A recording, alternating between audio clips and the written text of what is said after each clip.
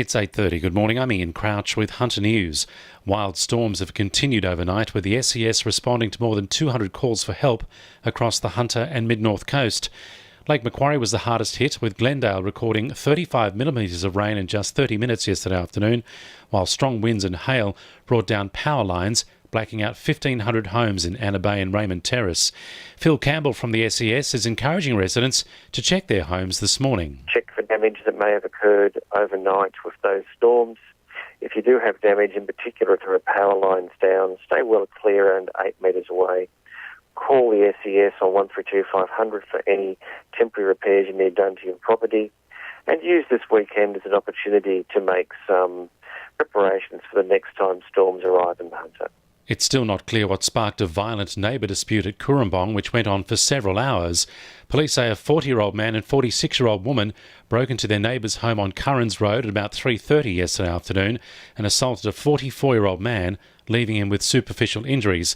It's alleged the couple returned a number of times over several hours and continued their vendetta. Police were eventually called and the pair arrested. They're due to face Toronto local court today on a range of charges. Another schoolgirl has been approached by the so-called Cardiff creep. Sergeant Dave Rose says the 15-year-old was walking to school near the stormwater drain in 5th Street yesterday morning when she was confronted by the man. Now, the man exposed himself and performed an indecent act. An investigation is now underway and police are appealing for public assistance to locate the man involved. He's been described as being of Caucasian appearance, aged in his 30s or 40s, with a large build and short dark hair. The man was wearing an orange long-sleeved fluorescent shirt with long black pants and black boots. He's believed to be the same man seen in the area in August. Police are looking for a man who tried to lure 2 young children into his car at Swansea. The 5 and 7-year-olds were at the Woolworths supermarket in Josephson Street with their mother just after 3:30 yesterday afternoon when the man started chatting to the children, asking them to go to his car nearby. The children told their mother, who then reported the incident to police. The man's described as being about 60 years old, 155 to 165 centimetres tall, and was wearing dark blue Croc-style footwear and driving a metallic light blue van. The Hunter's median lot price has jumped 6.1% since the end of last year, indicating a problem in matching land supply with the strong demand for housing. The Housing Industry Association's latest report for the first quarter of this year reveals the lot price has gone from $205,000 at the end of 2016 to nearly $214,000. HIA Executive Director Craig Jenian says the Hunter is the 3rd largest regional market in the country. For lot sales in that first quarter of March of this year, with 535 lots estimated to have been sold.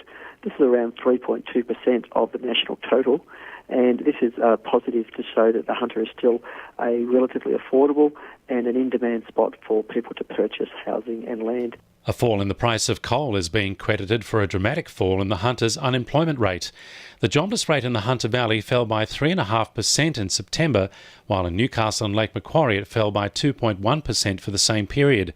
The Hunter Business Chamber says a rise in construction activity is also leading to more jobs. Sport for our sponsor, PRD Nationwide East Maitland. Knights captain Sione Matautia says he isn't worried about his future with the club, despite contract negotiations being put on hold.